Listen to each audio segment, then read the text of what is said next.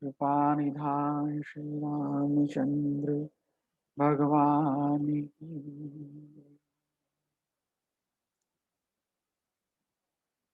सीता माता की।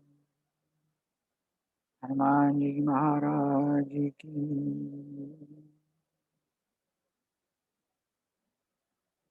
गजाननं भूतगणाधिपति सेवितं उमासुतं शोकविनाशारणं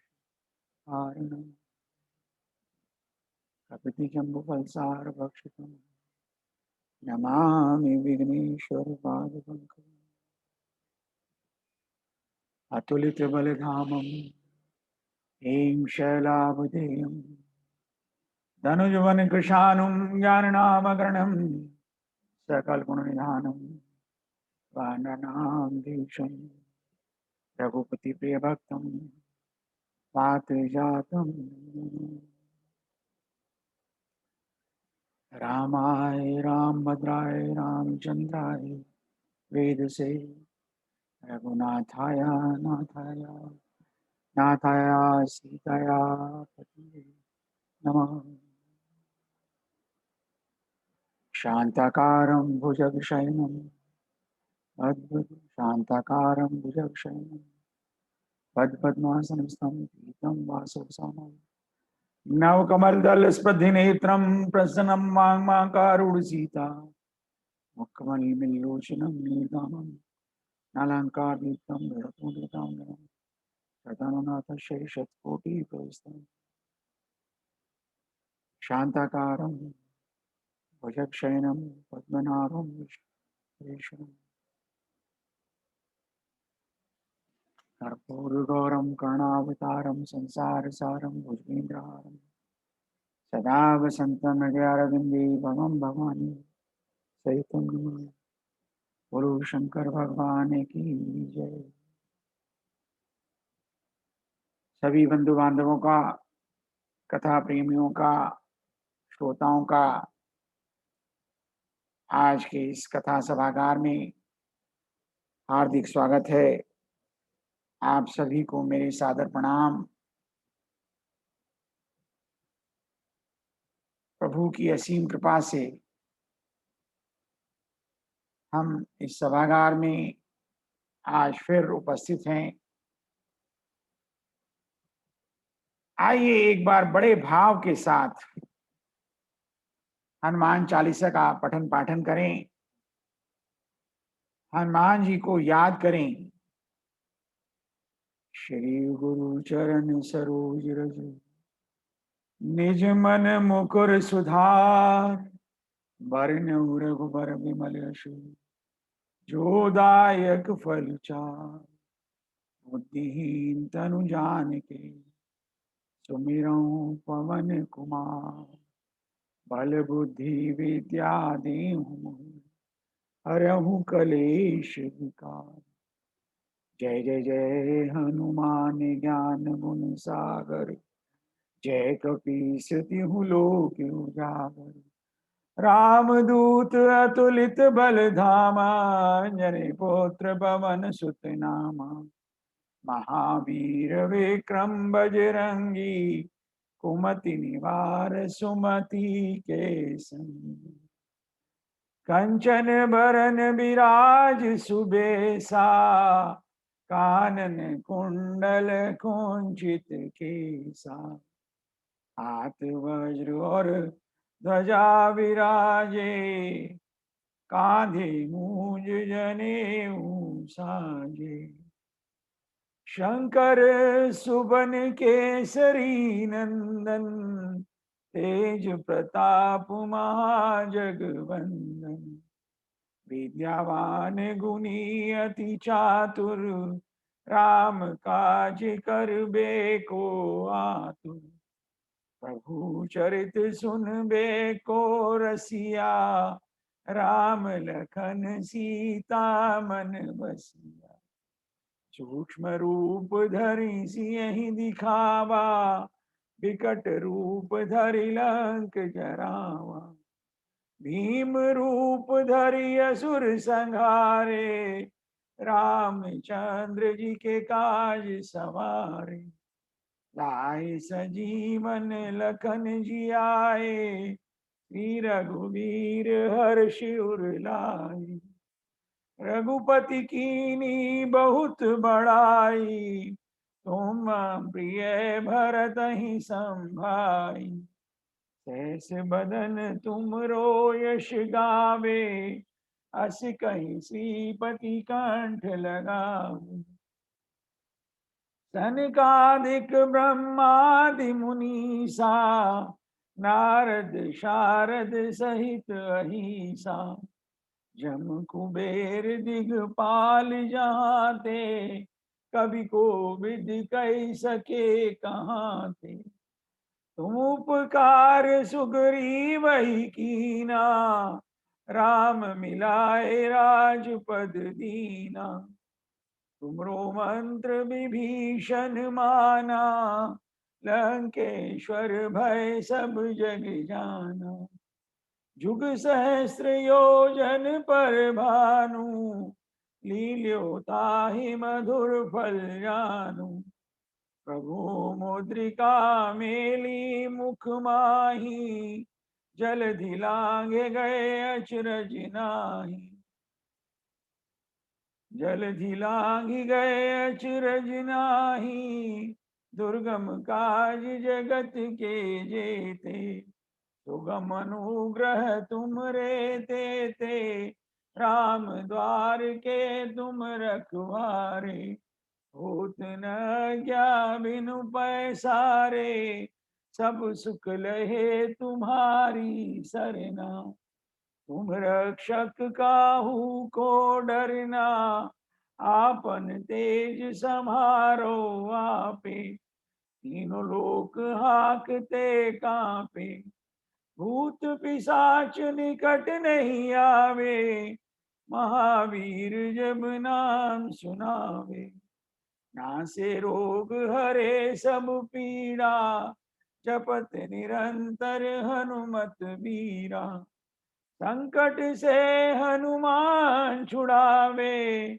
मन क्रम बचन ध्यान जो लावे। तप राम तपस्वी राजा, इनके काज सकल तुम साजा। और मनोरथ जो कोई लावे, सोई अमित जीवन फल पावे। चारों युग प्रताप तुम्हारा, है प्रसिद्ध जगत उजियारा। साधु संत के तुम रखवारे, असुर निकंदन राम दुलारे। अष्ट सिद्धि नव निधि के दाता, असबर दीन जानकी माता। राम रसायन तुम रे पासा, सदा रहो रघुपति के दासा। तुमरे भजन राम को पावे, जन्म जन्म के दुख बिसरावे। अंत काल रघुवरपुर जाई, जहाँ जन्म हरि भक्त कहाई। और देवता चित न धरई, हनुमत से ही सर्व सुख करई। संकट कटे मिटे सब पीरा, जो सुमरे हनुमत बलबीरा। जय जय जय हनुमान गोसाई, कृपा करहूँ गुरुदेव की नाम। जो सत बार पाठ कर जोरी, छूटई बंधि महा सुख हो। जो यह पढ़े हनुमान चालीसा, होय सिद्ध साखी गौरी सा। तुलसीदास सदा हरि चेरा, कीजे नाथ हृदय में डेरा, पवन तनय संकट हरणं मंगल मूर्ति रूप, राम लखन सीता सहित हृदय बसऊं सुरभूप। सियापति राम जय जय राम, मेरे प्रभु राम जय जय राम। बोलो हनुमान जी महाराज की जय।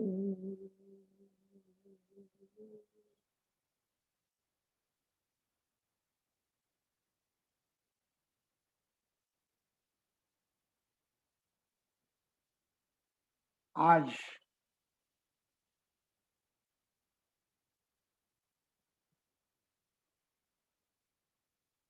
आप सबने देखा, जो लोग थोड़ा पहले आ गए थे,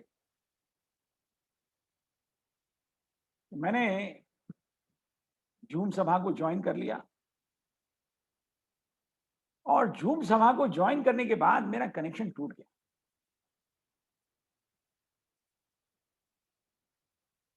आपको भी शायद विचित्र लगा होगा। मुझे बड़ी चिंता हुई, बड़ा मैं व्याकुल हो गया, ये क्यों?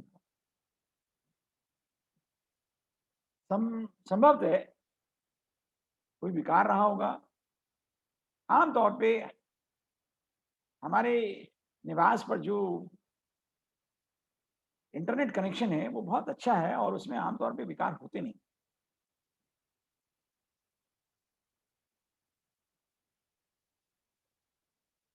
पर तभी मैंने अपने फोन में देखा तो एक मैसेज आया कि आपका रिचार्ज समाप्त हो गया।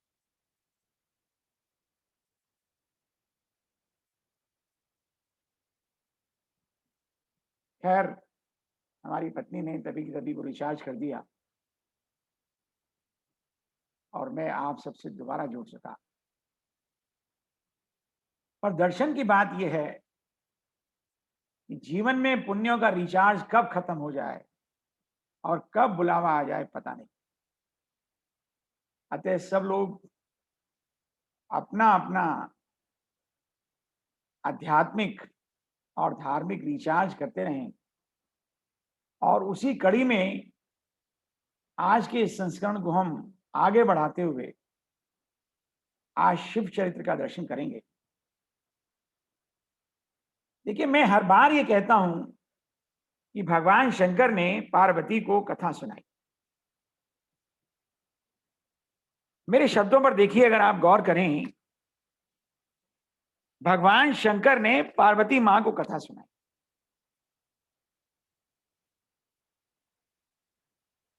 लेकिन क्या शंकर जी ने भी कभी कथा सुनी? हाँ, शंकर जी ने भी कथा सुनी। और शंकर जी ने क्या कथा सुनी और किससे कथा सुनी, आज हम इसी की चर्चा करें।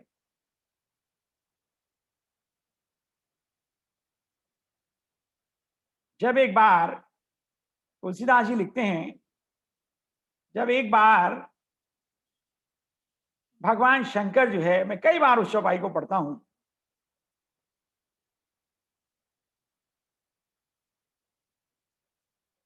भगवान शंकर जो है बड़े शांत स्वभाव में बैठे हुए हैं, जैसे आज कृपा करने के लिए ही बैठे हों। और उस दिन मां पार्वती ने कुछ संशय प्रकट किया है। राम कथा शशि किरण समाना, संत चकोर करही जे पाना, ऐसे ही संशय कीन भवानी, महादेव तब कहा बखाने। श्री राम कथा की जो किरणें हैं वह चंद्रमा की किरणों के समान हैं, जिसे संत रूपी चकोर सदा पान करते रहते हैं। एक बार पार्वती जी ने संदेह किया था, तब महादेव जी ने उसका विस्तार से उत्तर दिया। और तुलसीदास जी लिखते हैं, कहो सोमति अनुहारी अब, उमा शंभु संवाद, भयऊ समय जही हेतु, जही सुनी मुनि मिटही विषाद। जिसके सुनने से सब लोगों का विषाद, सब लोगों का दुख, सब लोगों की परेशानियां, सब लोगों के संशय मिट जाते हैं। क्या कथा है? कथा है त्रेता युग की कथा। बड़ी मनोहर मंगलमयी कथा है। तुलसीदास जी वर्णन कर रहे हैं, कैलाश का पावन शिखर है, अति रमणीय, और भगवान शिव बड़ी प्रसन्न मुद्रा में बैठे, बिल्कुल शांत। साथ में जगत जननी माता भवानी है। सती, देखिए, अब त्रेता युग की घटना में चले आइए। सती, सती हैं, अभी पार्वती नहीं हुई।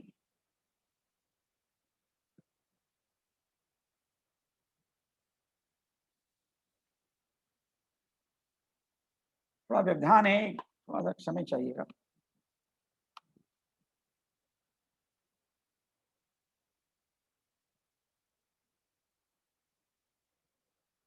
अभी पार्वती नहीं हुई है, क्योंकि पुराने जन्म की घटना है। और बैठे बैठे शंकर जी ने कहा, देवी, बहुत दिन हो गए राम कथा नहीं सुनी। कथा सुनने को मन बड़ा व्याकुल है। श्री राम कथा सुनने की मन में इच्छा है। चलो कहीं चलते हैं, कथा सुनते हैं। अब सती जो है भगवान शंकर की पत्नी है। सती को संशय होना स्वाभाविक है। भगवान की पत्नी है,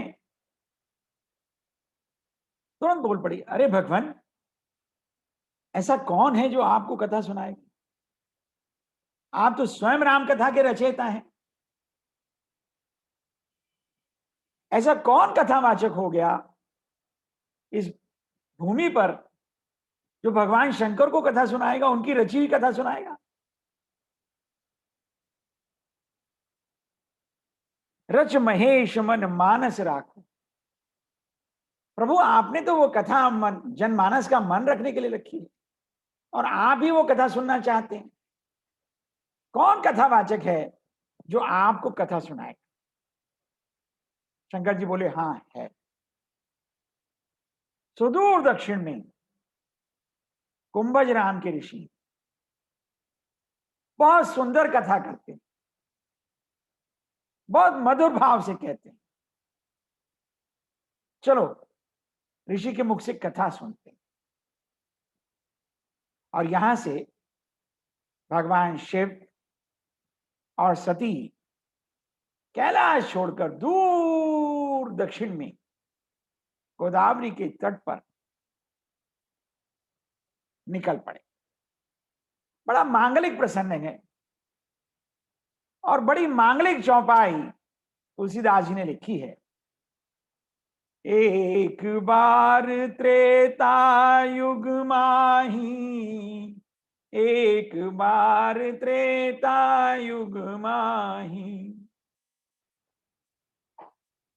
एक बार त्रेता युग माही, शंभु गए कुंभज ऋषि नाई, संग सती जग जननी भवानी, पूजे ऋषि अखिलेश्वर जानी।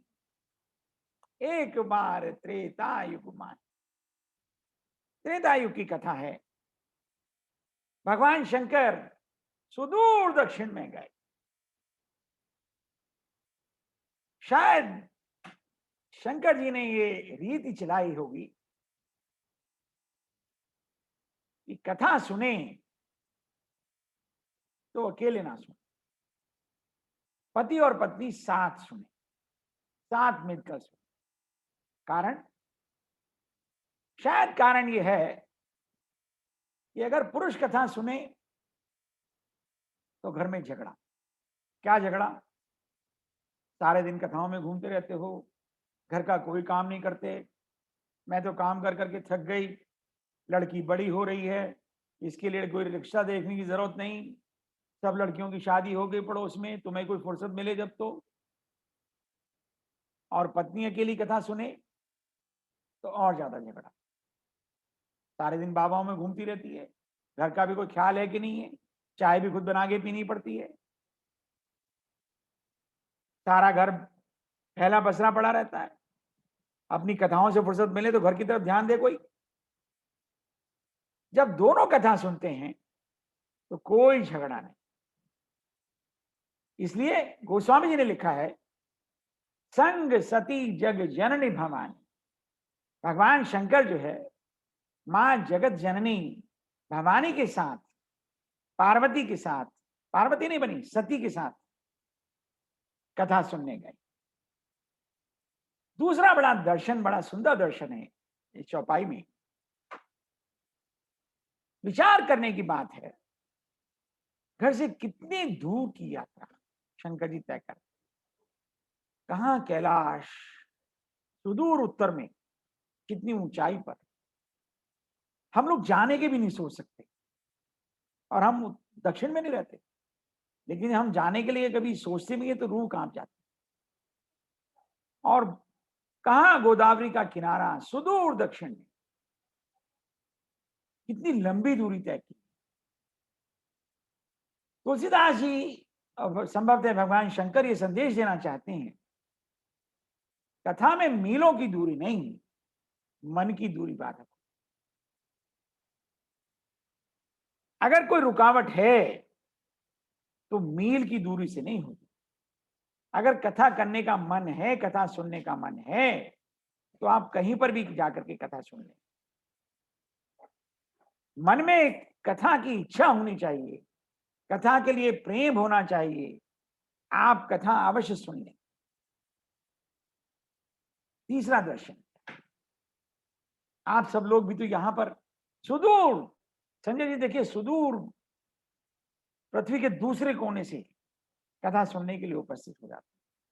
और उपस्थित ही नहीं होते, समय से पहले आकर बैठ जाते हैं और अपना ताम झाम भी चालू कर देते हैं, क्योंकि मन में कथा सुनने की इच्छा है, मन में भाव है, अपने अध्यात्म का रिचार्ज करने की इच्छा है, ना जाने कब बुलावा आ जाए। और तीसरा दर्शन जो है बहुत सुंदर दर्शन है,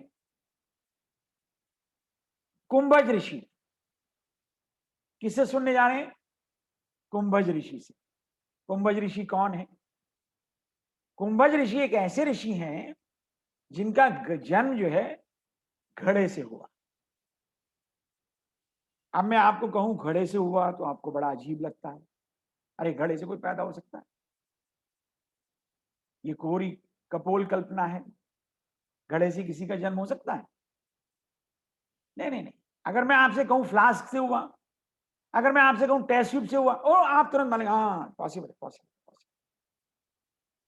तो हमारा जो पुराना विज्ञान था वो आज के विज्ञान से कितना ज्यादा उत्कृष्ट था, कितना ज्यादा विकसित था, इसकी संभावनाएं अभी हम सिर्फ केवल कल्पना कर सकते हैं। जिन चीजों को हमने मान लिया, जान लिया, देख लिया, उनको तो हम मान लेते हैं, उनके बारे में तो हम विश्वस्त हो जाते हैं, लेकिन कहीं ना कहीं हमारे मन में संदेह रहता है कि ये तो शायद कहीं लिख दिया गया है, ऐसा नहीं होगा। जबकि वास्तविकता में कथा श्रद्धा पूर्वक कही जाए और विश्वास पूर्वक सुनी जाए, या यूं कहिए कि विश्वास से कही जाए और श्रद्धा पूर्वक सुनी जाए। अब तुलसीदास जी ने कुंभज ऋषि क्यों लिखा? कुंभज ऋषि का दूसरा नाम अगस्त ऋषि है, और अगस्त ऋषि से आप सब परिचित हैं, बहुत पहुंचे हुए ऋषि हुए हैं। सप्त ऋषियों में एक ऋषि हैं अब अगस्त ऋषि। और अगस्त ऋषि के बारे में ये प्रचलित है, प्रसिद्ध है कि उन्होंने अपने तपोबल से सारे समुद्रों को पी लिया था। तुलसीदास जी कहीं शायद ये संदेश देना चाहते हैं कि कथावाचक कौन है, वह प्रसिद्ध है, छोटा है, बड़ा है, इसका महत्व नहीं है। महत्व इस बात का है कि वह कथा किसकी कह रहा है। यहां पर कुंभज ऋषि कह किसकी कथा रहे हैं? कुंभज ऋषि कथा कह रहे हैं भगवान राम की। भगवान राम का चरित्र रघुबीर चरित अपार बारिध पार सब ले नहीं। रघुबीर चरित अपार बारिध पार सब ले रहे। भगवान रघुबीर का चरित्र तो अपार है, कई सागरों में भरा हुआ है और सबको पार उतारता है। ये अगस्त ऋषि भी लिख सकते थे। ये वो अगस्त ऋषि हैं जो विंध्याचल का पठार है, जो विंध्याचल का पर्वत है, उसके बारे में एक ऐसी कथा आती है कि विंध्याचल कभी बहुत बड़ा हो गया और इतना बड़ा हो गया कि सूरज की किरणें धरती पर नहीं आ पा रही और धरती पर अंधकार हो गया। ब्रह्मा जी का बनाया हुआ विंध्याचल, ब्रह्मा जी ने विंध्याचल से प्रार्थना की कि थोड़ा छोटे हो जाओ, पर विंध्याचल टस से मस होने को तैयार नहीं अपने पूरे अहंकार में, और पृथ्वी में हाहाकार मचा हुआ। तब जो है ये बात सामने आई कि विंध्याचल जो है अपने गुरु का कहना नहीं टाल पाएंगे और उनके गुरु हैं अगस्त ऋषि। तो अगस्त ऋषि ने कहा कि मैं प्रयास करता हूं, पर कभी कभी जब शिष्य बड़े हो जाते हैं वो गुरुओं का कहना भी नहीं मानते हैं, लेकिन थोड़ा सा जो है विशेष ट्रिक से काम लेना पड़ेगा, नहीं तो पृथ्वी जो है त्राही त्राही करेगी। तो ऐसा कहते हैं कि अगस्त ऋषि जो है विंध्याचल से मिलने गए और विंध्याचल ने अपने गुरु को देखकर प्रणाम किया। तो अगस्त ऋषि ने आशीर्वाद तो देने के लिए हाथ उठाया, लेकिन आशीर्वाद दिया नहीं और ये कहकर चले गए तुम इसी तरह झुके रहो क्योंकि तुम अहंकारी हो और तुम्हारे अहंकार की वजह से सारी पृथ्वी परेशान है। और तब से ये कहते हैं कि जो विंध्याचल है वो पर्वत से पठार बन गए और अभी तक भी उसी स्थिति में है। तो हम चर्चा कर रहे थे अगस्त ऋषि की और कुंभज ऋषि। अगर तुलसीदास जी कहीं ये लिख देते कि अगस्त ऋषि से मिलने गए तो शायद मन में भाव रहता इसमें कौन सी बड़ी बात है, इतने बड़े ऋषि से सुनने के लिए तो कथा कोई भी चला जाए। तुलसीदास जी शायद कहना चाहते हैं या संभवतः महेश भगवान शंकर ये कहना चाहते हैं कथावाचक के गर्भ को मत देखिए, कथावाचक के कर्म को देखिए। वक्ता कौन है इसका महत्व नहीं है, वक्तव्य क्या है इसकी महत्वता।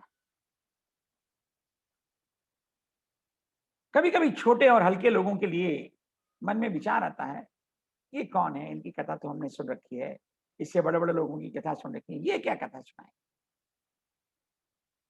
बड़े कुल का व्यक्ति कभी व्यथा सुनाए मत।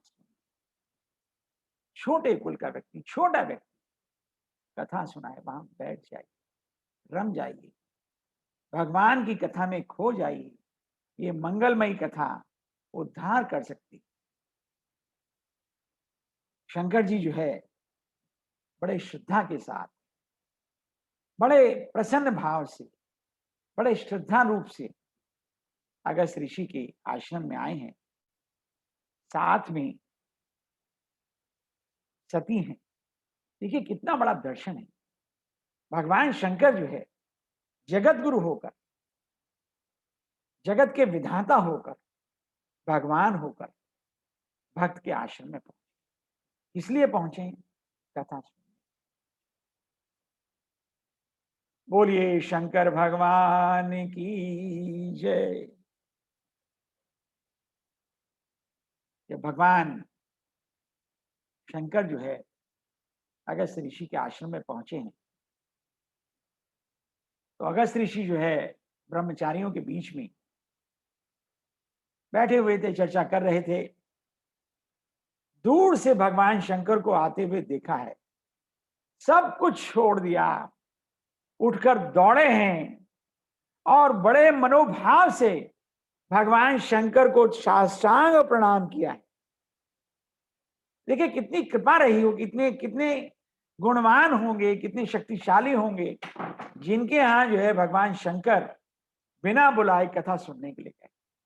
हम रोज भगवान शंकर की, हनुमान जी की कथा करते हैं, उनको प्रणाम करते हैं, कभी हमारे यहाँ दर्शन नहीं देते।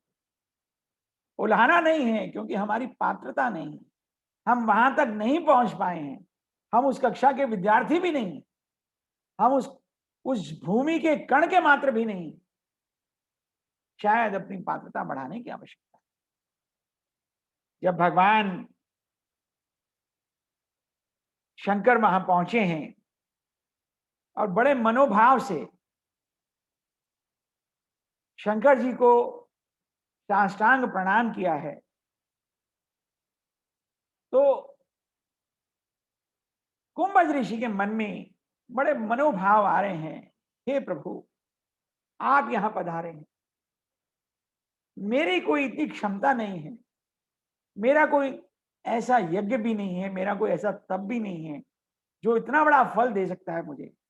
हे प्रभु, ये तो किसी मेरे माता पिता का, मेरे गुरु का कोई आशीर्वाद आज फलित हो रहा है, जो आपके साक्षात दर्शन कर रहा हूं, और वो भी अपने आश्रम में। बोलो शंकर भगवान की जय। अनेक प्रकार से ऋषि ने भगवान शिव की आराधना की है। तुलसीदास जी बड़ा मधुर वचन लिखे हैं, पूजे ऋषि अखिलेश्वर जानी। अखिल समाज के स्वामी जानकर ऋषि ने भगवान की बड़ी मनोरम आराधना की, और फिर आराधना के बाद, पूजा के बाद, दंडवत के बाद भगवान शंकर ने जब आसन ग्रहण कर लिया,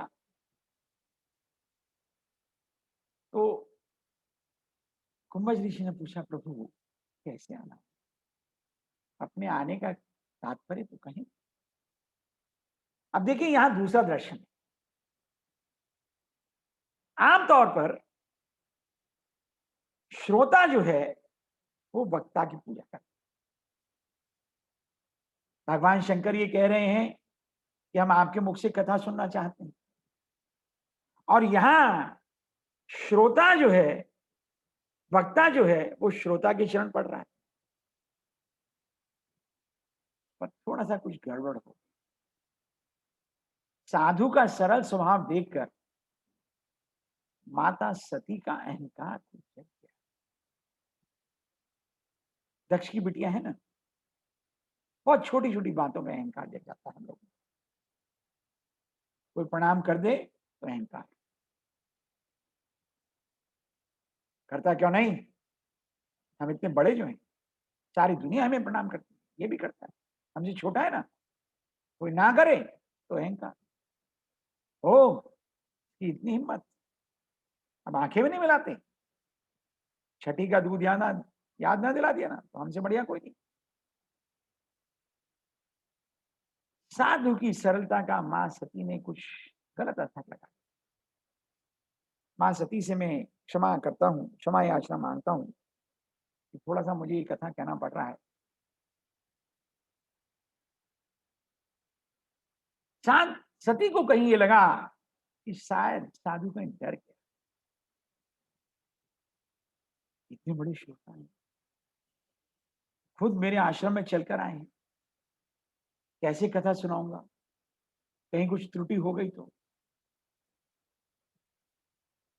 शायद बाहर का, संसार का नियम तो यही है, यजमान लोग जो है वक्ता की पूजा करते हैं, वक्ता के पोस्टर लगते हैं, माइक पर उनका गुणगान होता है, उनकी चर्चाएं होती हैं,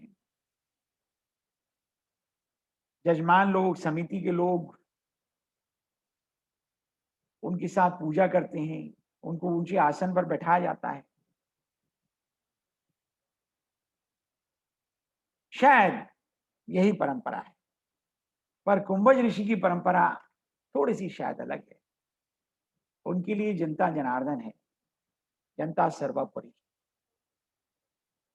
अगर आप सब लोग यहां ना आए तो मैं किसको कथा सुनाऊंगा, अपना रिचार्ज कैसे करूंगा।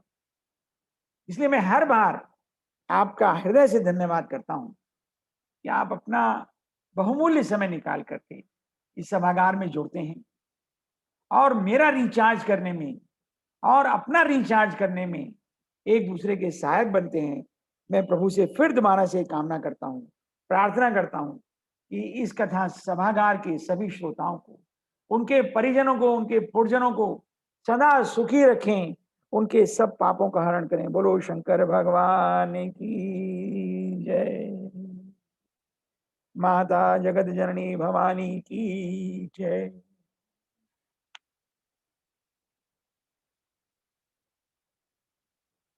यहां पर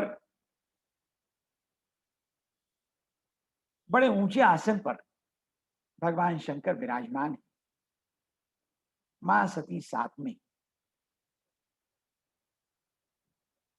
पर सती मां थोड़ा सा अहंकार में है। देखिए, जो अहंकार में होता है ना, उसको कथा नहीं मिलती, और कथा के बिना कृपा नहीं मिलती, और कृपा के बिना कल्याण नहीं होता। यही वजह है कि इस सती को अब क्रोधाग्नि में जलना पड़ेगा, ये शरीर नष्ट करना पड़ेगा, क्योंकि अहंकार से तो द्वंद्व मिलता है। सती बस इसी सोच में है, कहां लाकर बैठा दिया, ये क्या कथा सुनाएगा। बड़े भोले हैं शंकर बाबा, कौन समझाए इनको। एक यही मिला था कथा सुनने के लिए, इतना दूर ले आए। सती जो है पूर्वाग्रह में ग्रसित, और जब व्यक्ति का मन पूर्वाग्रह से भरा हुआ होता है ना, तो उसको कथा नहीं सुन, वो व्यक्ति कथा में तो बैठ जाता है लेकिन कथा उसमें नहीं बैठ। वो व्यक्ति कहीं ना कहीं जो है वक्ता के उच्चारण को देखता रहता है, व्यक्ति की वक्ता की त्रुटियों को खोजता रहता है। कथा में प्रभाव से नहीं, भाव से, और भाव आपको कथा के परमानंद तक ले जाएगा। पूर्वाग्रह में ना बैठे, कुछ ग्रहण करने के लिए बैठे। अगर पूर्वाग्रह का बर्तन भरा हुआ है तो कथा उसमें गिरेगी नहीं। एक सेकंड थोड़ा सा मुझे दें जरा।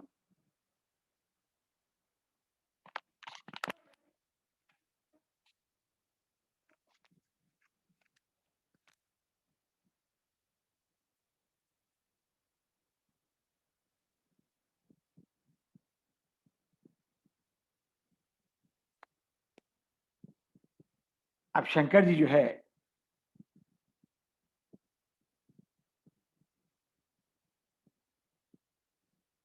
फिर से विनती कर रहे हैं, बाबा आपसे कथा सुनने का बड़ा मन था, काफी दिनों से मन व्याकुल था। देखिए शंकर जी जो है, मैं फिर कह रहा हूं, सुदूर कैलाश से कथा सुनने के लिए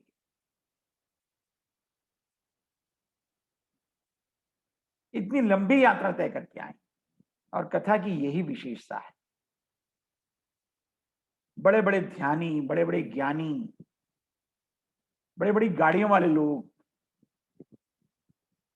बड़े विद्या ग्रहण किए हुए, बड़े बड़े डिग्री वाले लोग, सब छोड़ छाड़ कर गांव की भूमि में जमीन पर आकर बैठ जाते। कथा हेतु विधि भवन बिहाय, बड़े बड़े भवन छोड़ करके कथा हेतु विधि भवन बिहाय, सुमिरत शारद आवत थाई। मां शारदा भी दौड़ करके आते। कथा आपको व्यथा से निकाल देती।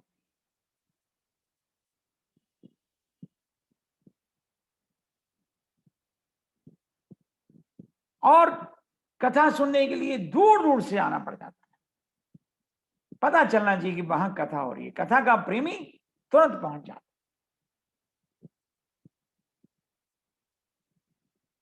जब कुंभज ऋषि ने भगवान शंकर का यह आग्रह सुना,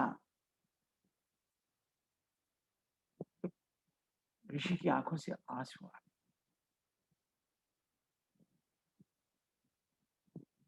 और कुंभज बोले, भगवान मैं और आपको कथा सुनाऊं? आप तो स्वयं राम कथा के रचयिता हैं। रची महेश मन मानस राखा। शंकर जी बोले, हाँ रचना तो हमने की है, पर हम आपके मुख से सुनना चाहते हैं। हमारी इच्छा है कि हम कथा आपके मुख से सुने। अगस्त ऋषि ने सोचा, जगत को तो हमने कितनी बार कथा सुनाई, आज जगत पिता को कथा सुनाने का मौका है, और संभवतः मेरी वाणी भी धन्य धन्य हो जाएगी। अगर भगवान ने कथा सुन ली और मन लगाकर सुन ली, तो ये शरीर, ये जन्म धन्य हो जाएगा। तैयार हो गए। सामने बड़ा दिव्य आसन बनाया है। भगवान शंकर और सती श्रोता के रूप में आसन पर विराजमान है। और देखिए, ऋषि जो है नीचे विराजमान। कथा का क्रम उलट रहा है। आमतौर पे कथाओं में श्रोताओं की आंखों से आंसू निकलते हैं, यहां पर वक्ता की आंखों से आंसू निकलने लगे और भगवान शंकर ने प्रसन्न मुद्रा धारण कर।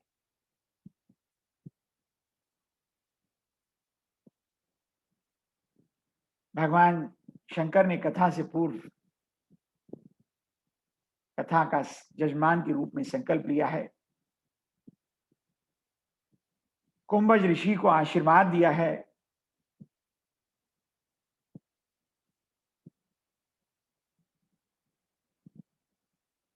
सतीश जी को कृपा दृष्टि डाली है। साथ में सती खड़ी तो हैं, लेकिन पूजन में भी माता बार बार झलकता है। कहाँ आ गए, क्या कथा सुनाएगा? अपने से छोटे से कथा सुनना बड़ा मुश्किल होता है। अब कथा प्रारंभ। देखिए, शब्दों पर गौर कीजिए। तुलसीदास जी का जो मानस ग्रंथ है, ये कोई छोटा ग्रंथ नहीं है। तुलसीदास जी का मनोभाव में एक एक शब्द महत्वपूर्ण है। राम कथा मुनि बरज बखानी, राम कथा मुनि बरज बखानी, राम कथा मुनि बरज बखानी, सुनी महेश परम सुख मानी, सुनी महेश परम सुख मानी, राम कथा मुनि बरज बखानी, सुनी महेश परम सुख मानी।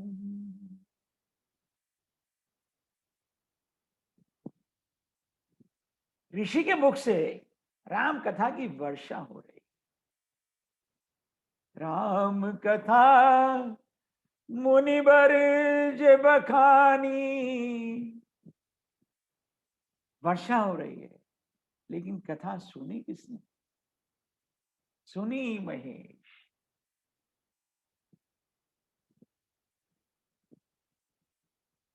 तुलसीदास जी की सूक्ष्म दृष्टि देखिए। कथा सुनकर के भगवान शंकर गदगद हो गए, बड़ा सुख माना।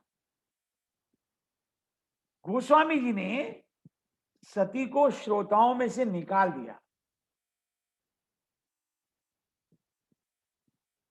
तुलसीदास जी ने सती महेश नहीं लिखा, तुलसीदास जी ने लिखा सुनी महेश।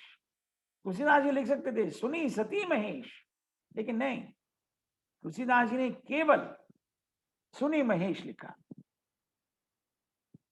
अब किसी ने तुलसीदास जी से पूछ लिया कि भाई मां भवानी वहां बैठी हुई थी, तो तुलसी जी ने कहा बैठी तो थी पर कथा नहीं सुन रही थी। क्या कर रही थी? और ये आश्रम के तिनके, जो अपना आसन था उसके तिनके निकाल रही।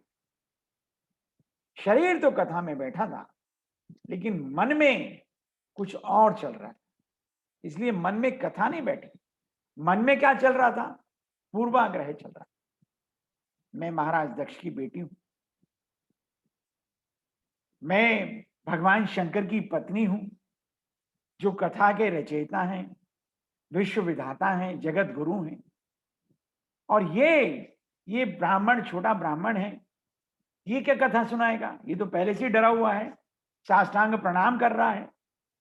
बहुत सारे लोग कथा में बैठते तो हैं, पर कथा उनमें नहीं बैठती, क्योंकि वो पूर्वाग्रह लेकर आते हैं।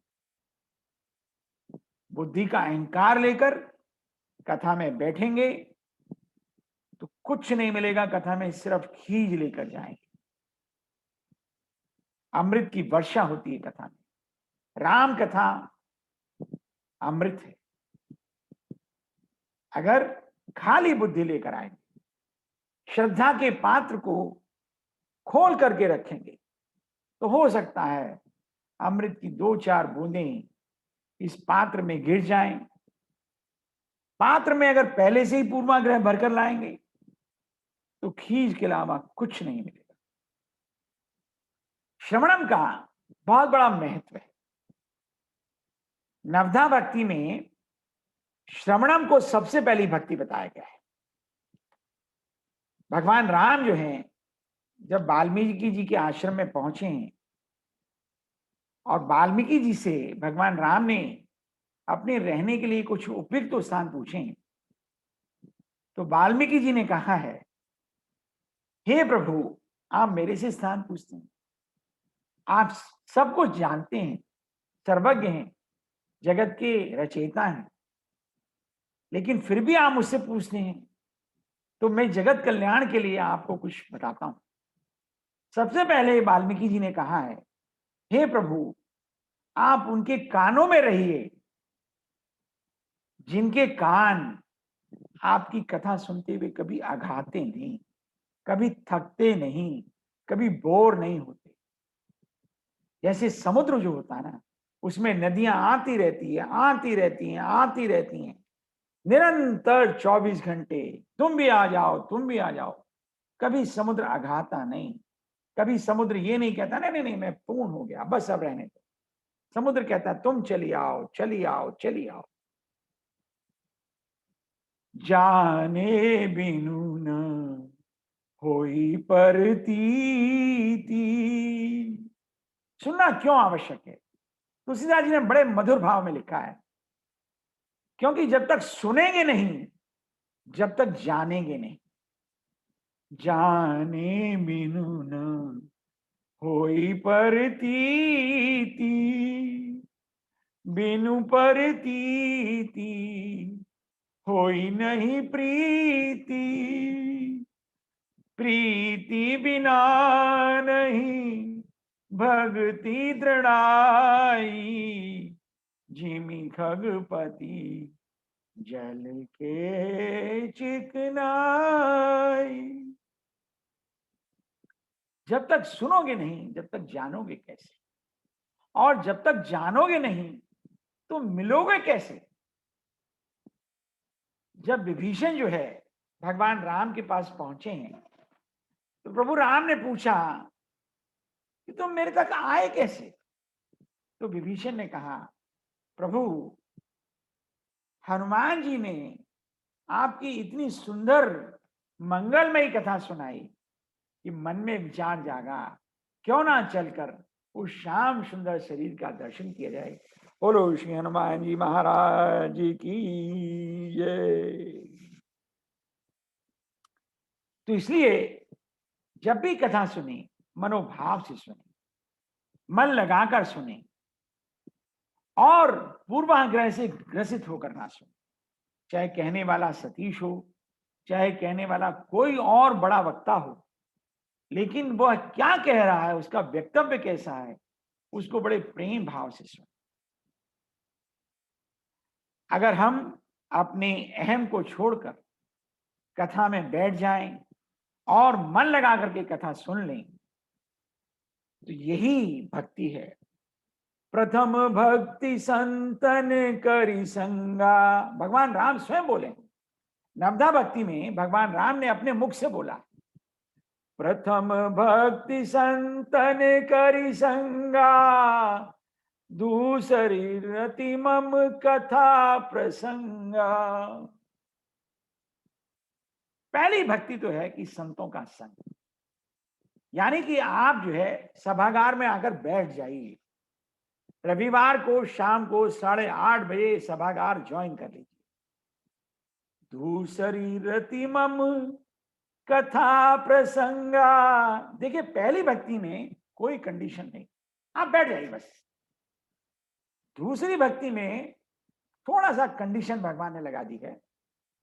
दूसरी रति मम कथा प्रसंगा, थोड़ी सी रति रखिए, थोड़ा सा भाव रखिए मेरे कथा प्रसंग में। किसके कथा प्रसंग में? मेरे कथा प्रसंग। अब तुलसीदास जी ने यहां मम शब्द क्यों लिखा? दूसरी रति मम कथा प्रसंगा, क्योंकि भगवान राम को मालूम है कि इन सब संसारी व्यक्तियों की रति जो रहती है वो व्यथा में रहती। पड़ोसी की लड़की कहां भाग गई, उसके घर में लड़के ने क्या कांड कर दिया, सबको बड़ी रुचि है। राहुल गांधी का क्या वक्तव्य आ गया, बड़े ध्यान से सुनेंगे।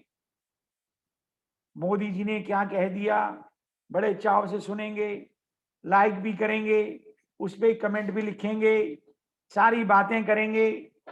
लेकिन जहां राम की कथा होगी, नहीं नहीं, राम कथा ही कथा है, बाकी सब व्यथा है, व्रथा है।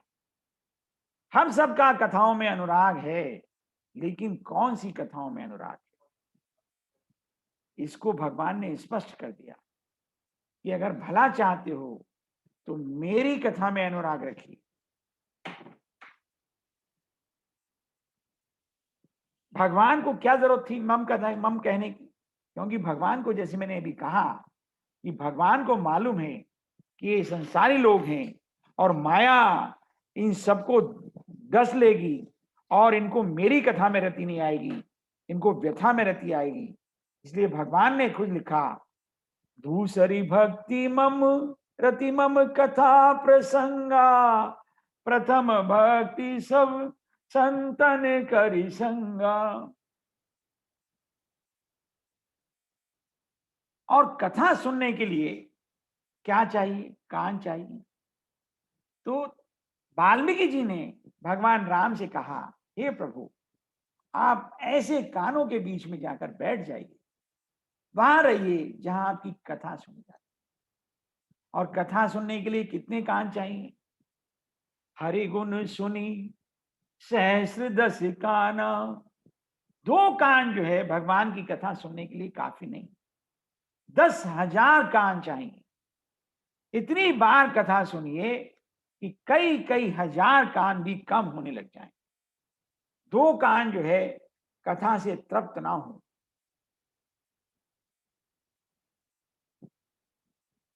और एक बार की छोटी सी कथा है। कथा में मन किस प्रकार लगना चाहिए, छोटा सा दृष्टांत है। एक व्यक्ति जो है कुछ थके हुए थे, अपने घर में सो गए आकर के। और सोने से पहले जो है उन्होंने अपनी पत्नी को कहा, चाहे अब कोई भी मुझसे मिलने आए मुझे जगाना नहीं, मैं सो रहा हूं, कोई भी आए मना कर देना। पति जो है सोए ही थे कि इतनी देर में कोई व्यक्ति आ गया और पत्नी ने कहा कि देखो जी फलां जी मिलने आए हैं कोई तुमसे। तो पति ने कहा, अरे, पति ने कहा, अजीब बात है, मैं तुमसे मना करके सोया हूं, मुझे शोर को नींद आ रही है। तो पत्नी ने कहा, बात ही कुछ ऐसी है। वो व्यक्ति कहता है, जीवन मरण का प्रश्न है। अब जीवन मरण का प्रश्न सुना तो वो नींद को छोड़ करके उठ गए और बाहर गए। तो उन्होंने पूछा, जी कि आप कौन हैं? बोले, जी मैं इंश्योरेंस एजेंट हूं। अरे जीवन मरण का प्रश्न है तभी तो आपके सामने खड़ा हूं। जीवन मरण के प्रश्न को जब हम बना लेते हैं तो हमारे मन में सब कुछ छोड़ने की इच्छा हो जाती है। और कथा को तुलसीदास जी कहते हैं कि कथा को जब सुने तो जीवन मरण का प्रश्न मानकर सुने। अपने मरण के पहले अपने परलोक को रिचार्ज करने के लिए सुने, पूरे भाव से सुने। ना जाने कब बुलावा आ जाए, कुछ नहीं पता, इसलिए अपना रिचार्ज करते रहें।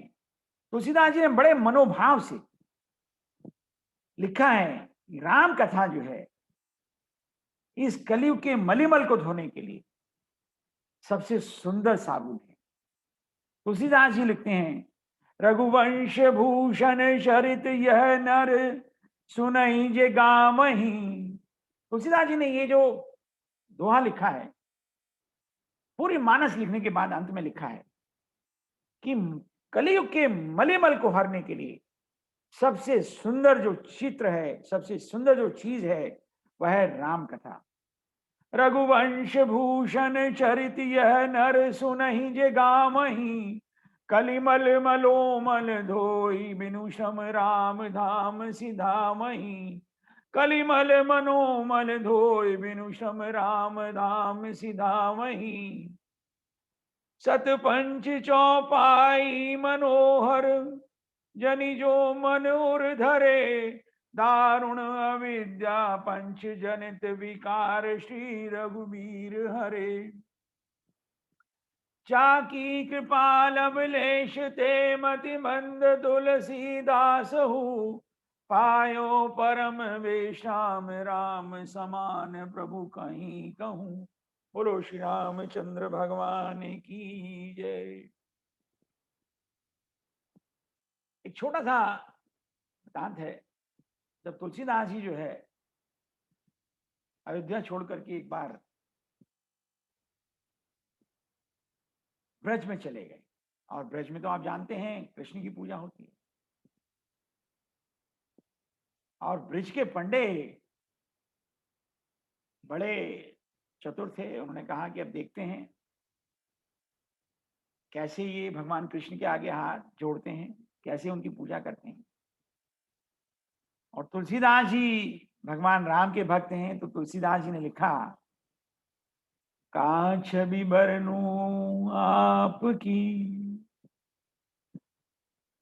कहा बने हो नाथ। तुलसी मस्तक जब नवे धनुष बाण लोहा। और ऐसी कथा आती है कि भगवान ने जब धनुष बाण हाथ ले लिया, कृष्ण से प्रभु जो है त्रेता में चले गए, धनुष बाण लेकर के प्रकट हुए, और तभी की तभी प्रकट हुए। तो भगवान तुलसीदास जी ने प्रणाम किया। बोलो ऐसे तुलसीदास जी महाराज जी की जय। तो हम चर्चा कर रहे थे कि कथा जो है मनोरंजन का साधन नहीं होनी चाहिए। कथा जो है जीवन मरण का साधन होना चाहिए। बिल्कुल खाली होकर सुने, पूर्वाग्रह रहित होकर सुने। आपके जितने भी पाप हैं उनको काटने में सहायक होगी, और आपको परम सुख की अनुभूति होगी। सुनी महेश परम सुख मानी। और भगवान शंकर जो है कथा सुनकर गदगद हो गए। बड़ा परम सुख भगवान शंकर ने माना। अब कथा हो गई। भगवान शंकर ने सोचा, इतनी सुंदर कथा इन्होंने सुनाई है, इनको मैं क्या कुछ भेंट दूं। तो शंकर जी ने पूछा, ऋषिवर कुछ भेंट, आप कुछ अपने उपयोग की वस्तु बताएं। आप जो है कुंभज ऋषि जो है आश्चर्य में पड़े। तो भगवान है, इनसे क्या मांगू? रुपया पैसा कूड़ा कचरा ये तो मुझे संसार भी दे सकता है, ये तो संसार में मैं स्वयं भी पैदा कर सकता हूं। इनसे तो कुछ ऐसा मांगू जिससे कि मेरा लोक पर लोक दोनों सुधर जाएं, मैं जन्म जन्मांतर के चक्र से छूट जाऊं। तो कुंभज ऋषि ने जो है भगवान शंकर से भक्ति का वरदान मांगा है। बोलो अगस्त ऋषि की जय, बोलो भगवान शंकर की जय।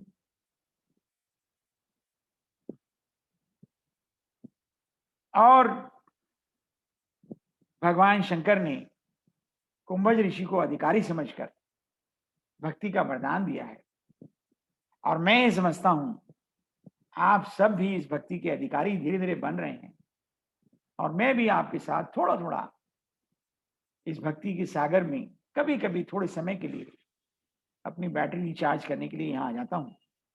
आप सबका बहुत बहुत मैं बड़े मनोभाव से धन्यवाद करता हूँ, और आपसे विनम्र प्रार्थना करता हूँ कि अपना सहयोग बनाए रखें, इस सभागार में आते रहें, ताकि हम इस सभागार का जो काम है वो बराबर चलते रहें।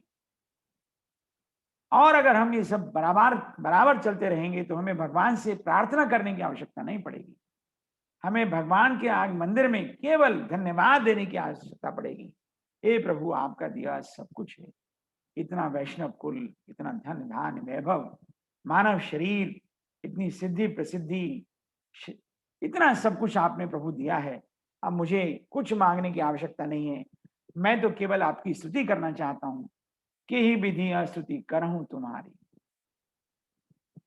जब भगवान सामने प्रकट हो जाए तो भी मांगने की कोई इच्छा न रहे, कि ही विधि करहूं स्तुति तुम्हारी, अधम जाति में जड़मति हारी, अधम ते अधम अधम अति नारी, तिरमह मह मति मंद अघारी। मां शबरी जो है भगवान की स्तुति का तरीका विधाता से पूछ रही है, और विधाता कह रहे हैं कि अरे शबरी जी, अब आपके सामने विधाता ही आकर खड़ा हो गया, तो आप जो है विधि का क्या करेंगी।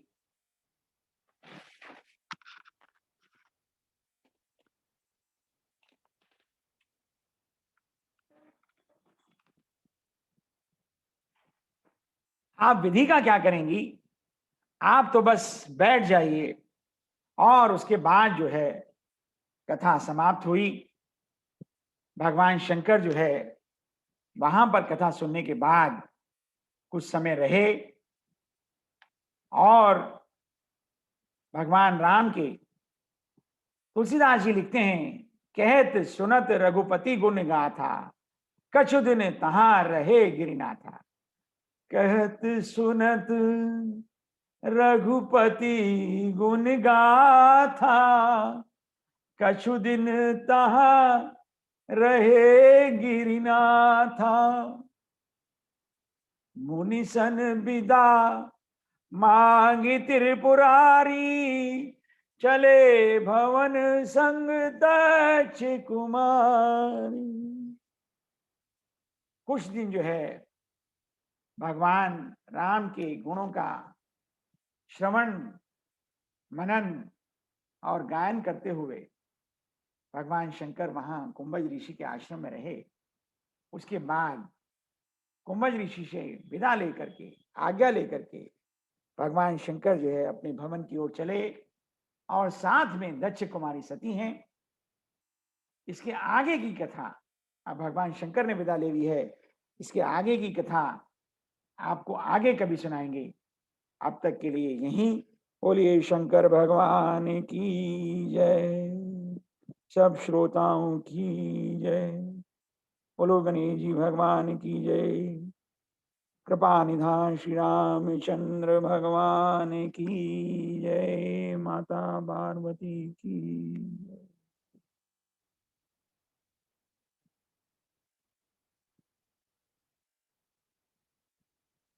आप सभी श्रोताओं का एक बार फिर मनोभाव से धन्यवाद। हमारे इस सभागार में बड़े बड़े प्रबुद्ध श्रोता हैं, और मैं उन सभी का हार्दिक धन्यवाद करता हूं। और अब हमारा जो सभागार है सभी की त्वरित टिप्पणों के लिए खुला हुआ है।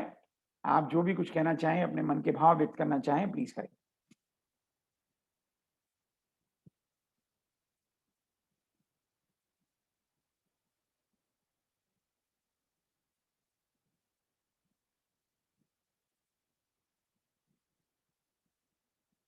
अलका जी, नरेंद्र जी, सुब्रता जी, बिमल जी, अर्चना जी, जो भी कुछ कहना चाहते हैं कृपया अपने मनोभाव व्यक्त करें।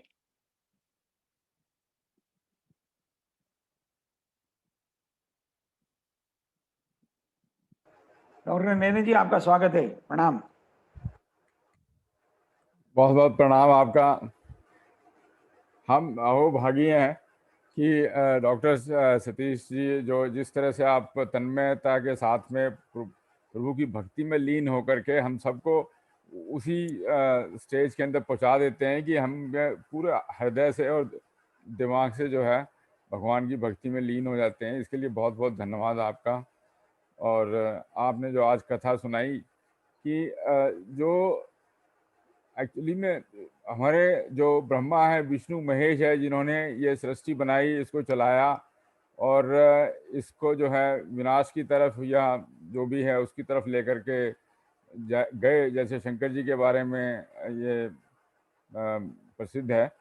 तो वो उनमें आपस में ऐसा कोई वो बात नहीं थी कि एक दूसरे की बात नहीं सुनते थे। वो सभी एक दूसरे की प्रार्थना करते थे, एक दूसरे की भक्ति करते थे और एक दूसरे की भक्ति में ही जो है वो लीन रहते थे। और इसी में मेरे ख्याल में उनकी बड़ाई इसी में थी कि वो एक दूसरे की बातें सुन करके एक दूसरे के वो सम्मान देते हुए आगे बढ़ते थे। तो ये उनसे सीखने वाली बात है हम मानव लोगों को कि इतने बड़े बड़े महापुरुष थे। वो देवता थे, पुरुष तो खैर नहीं मैं कहूँगा, देवता थे। और वो एक दूसरे की भक्ति करते थे, एक दूसरे की बातें रखते थे, एक दूसरे से क्षमा याचना करते थे, एक दूसरे को अपनी बात रखते थे। और ये सीखने वाली बात है हम मानव लोगों के लिए। अपनी सीमाओं में रहना, जी दूसरे की मर्यादा का सम्मान करना जी और दूसरे की शक्तियों की पूजा करना, जी तभी जो है सृष्टि सही सुचारू रूप से चल सकती है। जी मैं समझता हूं कि डॉक्टर नरेंद्र जी ने बहुत सुंदर बात कही और आपका डॉक्टर नरेंद्र जी बहुत बहुत धन्यवाद। आप हर रविवार को यहाँ उपस्थित हो जाते हैं। मैं बड़े अभव भाव से आपको हृदय से प्रणाम करता हूँ। प्रभु आपका मंगल करे, आप प्रणाम सदा सुखी रहें, ऐसी मेरी कामना है। प्रणाम प्रणाम। अलका जी कुछ कहना चाहती हैं? हाँ हाँ सतीश, बहुत अच्छा था एज यूजुअल। और मैं थोड़ा सा ये बोलूंगी कि भगवान और हमारे बीच जो सबसे बड़ा जो वेल है या दीवार है वो ईगो है ना। क्योंकि मतलब सेल्फ कहता है कि मेरे को सारी नॉलेज आ गई, मैंने स्क्रिप्चर्स पढ़ लिए, है ना, और मेरे अच्छे कर्म भी कर रहा हूँ, मैं अब भगवान को पा लूंगा किसी तरह, क्योंकि वो उसमें मैंपन है कि मैं ऐसा हो गया हूँ, मैं नॉलेज पा गया हूँ, मैं कर रहा हूँ। तो जब वो ईगो जब आ जाती है तो क्या होता है कि उसके अंदर एक जो सेल्फ रियलाइजेशन और उसके बीच में ये ईगो या ये डुअरशिप जो होती है, जब तक वो नहीं हटेगी हम मतलब भगवान को पा नहीं पाएंगे। क्योंकि जब तक हम ये नहीं कहेंगे कि I want nothing, I am nothing, मैं कुछ भी नहीं हूँ और केवल भक्ति ही है, भगवान ही सब कुछ है और मैं कुछ नहीं हूँ, जब तक ये पूरा सरेंडर या समर्पण नहीं आएगा और ईगो हटेगा नहीं, तब तक गॉड का ग्रेस नहीं होगा। और गॉड ग्रेस से ही हमें भगवान मिलेंगे, और कोई इसका वो नहीं है। तो ego is a very big hindrance between me and God, ये मैं मतलब कहना चाह रही हूँ। बहुत सुंदर बात थैंक कही, यू। बहुत बहुत अच्छी बात। अलका जी, आपका ज्ञान बहुत ज्यादा है और मैं ये देखता हूँ कि आप जो है बहुत भक्ति भाव में लीन रहती हैं और मैं बड़े हृदय से आपको धन्यवाद देता हूँ कि आप हर बार यहाँ आती हैं और इतने समय से आप गृहिणी हैं, आपके बहुत सारे काम हैं, उन सबको जो है आप एक तरफ रख करके यहाँ उपस्थित होती हैं। प्रभु करे आपका कल्याण हो, आप सुखी रहें, ऐसी मेरी कामना है। और हमारे मित्र जो कुछ कहना चाहते हो, शुभलता जी हैं, कुछ कहना चाहती हैं। शुभलता जी, आपका स्वागत। सतीश जी नमस्ते। आपने जो भाव की बात कही है और इतना भाव में आपने डुबो दिया है कि अब कुछ कहने की बात, कुछ कहने को है ही नहीं। भाव में ही हम डूबे हुए हैं। बहुत अच्छा लगता है आपके। धन्यवाद। चलिए धन्यवाद। मैं आपके लिए भी प्रार्थना करता हूं प्रभु से कि आप सुखी रहें, कल्याण हो आपका। देखिए भाव सब अभावों को दूर कर देता है। हम सब प्रभाव की इच्छा में रहते हैं।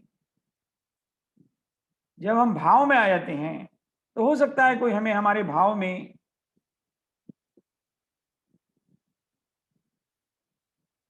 कोई हमारे साथ छल भी कर दे,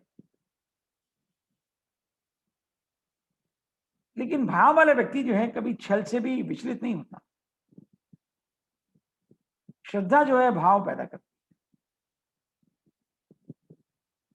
एक छोटा सा, आपने भाव का नाम लिया इसलिए मैं एक छोटा सा वृतांत। जब भगवान राम से वन में मिलने सारे अयोध्यावासी पहुंचे और सब इतने दिन की यात्रा करके दंडकारण्य में पहुंचे हैं, वहां कोई खाने पीने की व्यवस्था भी नहीं थी और सभी कोल भीलों को ये पता चला कि भगवान के घर से माताएं आई हैं, नगरवासी आए हैं, सारा समाज आया है। तो देखिए जो गांव के लोग होते हैं बड़े भोले होते हैं और वो नगरवासियों को देख करके बड़े उत्साहित हो जाते हैं और गांव वालों के अंदर भाव बहुत होता है। बेचारे टोकरों में भर भर के फल फूल लेकर आए हैं और सभी नगरवासियों को उन्होंने समर्पित किए हैं। तो किसी ने, तुलसीदास जी ने बड़ा सुंदर लिखा है, किसी ने उनसे पूछा भाई ये क्या भाव दिए हैं?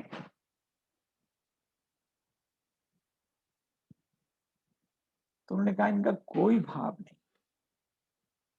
बोले क्यों? अरे तुमने हमें भगवान दे दिए, बिना भाव के दे दिए, हमने कोई पूजा नहीं की, अर्चना नहीं की और भगवान यहां आकर के बैठ गए। हमने बना भगवान को बिना भाव के ले लिया, तो हम आपसे इन क्षुण वस्तुओं का भाव कैसे माने? ये तो अभाव के, ये तो प्रभाव के हैं, ये तो बस मन के भाव से हैं। बोलिए श्री रामचंद्र भगवान की जय। अर्चना जी कुछ कहना चाहती हैं? हाँ जी, मैं बहुत ही सुंदर कथा आपने सुनाई और हम सभी लोग भाव विभोर हो गए और बहुत कम ऐसा मौका मिलता है ऐसी कथा सुनने का। अभी अलका जी ने बात की कि हम लोगों के बीच में एक ईगो है और जिसकी वजह से हम भगवान के सामने, ईश्वर के सामने पूरा समर्पण नहीं कर पाते। तो कैसे हम इस ईगो को हटाएंगे, हम लोग सबके सामने एक प्रॉब्लम रहती है। तो इसके बारे में थोड़ा सा मैं ये मेरा मानना है कि हम किसी चीज को जब हटाने की कोशिश करते हैं हमें बड़ी कठिन लगती है, लेकिन अगर हम बनाने की कोशिश करें तो सहज लगता है। अगर हम ईगो हटाने की बजाय ये सोचे कि हम भगवान के साथ, ईश्वर के साथ अपना कोई संबंध बना लें, सखा का संबंध बना लें या बहुत माता पिता अच्छा, का बहुत संबंध सुंदर। बना लें, तो ईगो को हटाने की हमें जरूरत नहीं पड़ेगी, वो सहजता से खुद ही हट जाएगा। तो अहंता भाव हमारा निकल जाएगा जब हम सत्संग करते, जैसे अभी हमने सत्संग ही किया तो अच्छे भाव हमारे मन में आए, तो हमारा एक संबंध जुड़ने लगता है ईश्वर से। तो अगर हम बनाए तो फिर हमको ईगो को हटाने की जरूरत नहीं पड़ेगी। बस इतना ही मैं कहना और चाहूंगी। सबसे सुंदर संबंध क्या है प्रभु के साथ? सबसे सुंदर संबंध जो मैं मानता हूं, हे प्रभु मैं आपका दास हूं और आप मेरे स्वामी। और भगवान तो स्वयं बोले हैं कि संबंध बना तो सही, निभाना तुझे नहीं आता, निभाना मुझे आता है। तो बस अगर बना ले, तो मुझसे कह दे, उसको निभा मैं लूंगा। तू एक बार मेरा हाथ पकड़ने की कोशिश कर, क्योंकि मेरा हाथ पकड़ लेगा ना तो मुझे हाथ छोड़ना नहीं आता, मेरी मजबूरी है ये। तू कुछ गलत भी करेगा तो मैं तुझे छोड़ूंगा नहीं, मेरा हाथ तुझसे छूटेगा नहीं। बहुत सुंदर बात आपने की अर्चना जी कि हम एक बार भगवान से संबंध बना लें। और मैं तो कहता हूं प्रभु से संबंध बनाएं, माँ का, पिता का, पुत्र का, पत्नी का, जो भी आपको लगे, सखा का। मैं तो कहता हूं सबसे मधुर संबंध जो है कि आप मेरे स्वामी हैं, मैं आपका दास हूं, आप राजा हैं, मैं प्रजा हूं, आप भगवान हैं, मैं भक्त हूं। अर्चना जी, मैं आपके लिए कामना करता हूं कि प्रभु आपको सदा सुखी रखे, आप इसी प्रकार हमारे सभागार में जुड़ते रहें और आपके सब कलह कलेश दूर हों, ऐसी मेरी कामना है। बहुत संजय जी, धन्यवाद। संजय जी, अब समय है आपकी टिप्पणी का, आपके सबको धन्यवाद कहने का और सबको अगली सभा के लिए आमंत्रित करने का। मैं सभी मित्रों से, सभी सहयोगियों से, दूर प्रदेश से आए हुए सभी लोगों से एक बार विनम्र निवेदन करना चाहता हूं कि आप जो है और अपने अधिक मित्रों को इस सभागार में जोड़ने का प्रयत्न करें। थोड़ा सा आपको भी अच्छा लगेगा और आपको उसमें जो है अधिक मन भी लगेगा और आपको कुछ ना कुछ पुण्य की प्राप्ति भी होगी। संजय जी।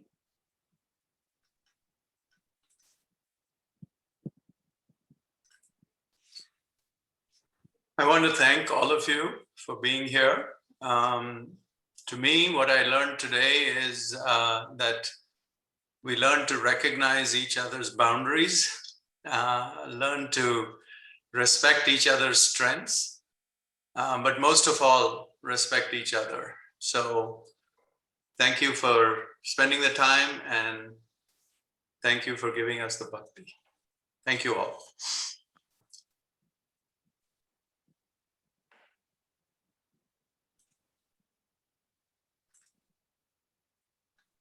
ओ श्री राम।